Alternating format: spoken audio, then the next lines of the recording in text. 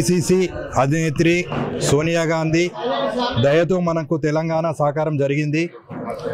ఆమె జన్మదినం సందర్భంగా రాష్ట్ర కిసాన్ కాంగ్రెస్ కమిటీ తరఫున, ఆదిలాబాద్ జిల్లా కాంగ్రెస్ కమిటీ తరఫున ఆమెకు ప్రత్యేక జన్మదిన శుభాకాంక్షలు తెలియజేస్తున్నాం. మనకు ఆమె జన్మదినం సందర్భంగా మనకు తెలంగాణను ఇవ్వడం జరిగింది. రాష్ట్రాన్ని కాంక్షిస్తూ యువత బలిదానాలు చేసుకోవడాన్ని చూసి చలించిపోయి బలిదానాలని ఆపాలన్న ఉద్దేశంతో మనకు తెలంగాణ ఇవ్వడం జరిగింది.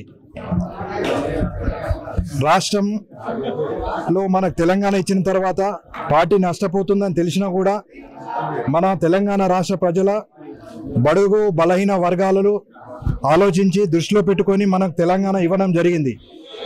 మనకు తెలంగాణ ఇచ్చిన తర్వాత మొన్న 2023లో కాంగ్రెస్ గవర్నమెంట్ రావడం జరిగింది. వచ్చిన వెంటనే సంక్షేమము అభివృద్ధి పథంలో మన పార్టీ నడుస్తుంది. అదే కాకుండా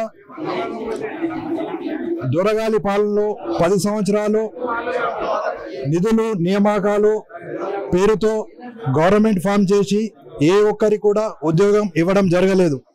కానీ మన రేవంత్ అన్న వచ్చిన వెంటనే సంవత్సరం లోపలే 57,000 ఉద్యోగాలు ఇవ్వడం జరిగింది. అదే కాకుండా ఇప్పుడు టీఆర్ఎస్ గవర్నమెంట్లో డబుల్ బెడ్రూమ్లు 3 ఎకరాల భూమి ఇస్తాము అని చెప్పి ఎవరికి కూడా ఏ ఒక్క పని కూడా చేయలేకపోవడం జరిగింది. కానీ కాంగ్రెస్ గవర్నమెంట్ వచ్చిన వెంటనే మహిళలకు ఉచిత బస్సు ప్రయాణం అయితే ఏంటిది, 500కు గ్యాస్ సిలిండర్ కానీ 200 యూనిట్ల వరకు కరెంటు ఫ్రీ కానీ, ఇప్పుడు ఏకకాలంలో ఒకే సంవత్సరంలో 23,000 కోట్లతోని రుణమాఫీ చేయడం జరిగింది. ఇప్పటి వరకు దేశంలో ఏ గవర్నమెంట్ కూడా ఈ విధంగా చేయలేదు.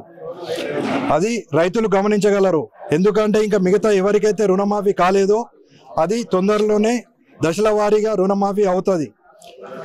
మా రేవంత్ అన్న గవర్నమెంట్లో అనేక సంక్షేమ పథకాలు తీసుకొని రావడం జరిగింది. ఒకే సంవత్సరంలో మేము ఇంత సంక్షేమ పథకాలు చేయడం జరిగింది.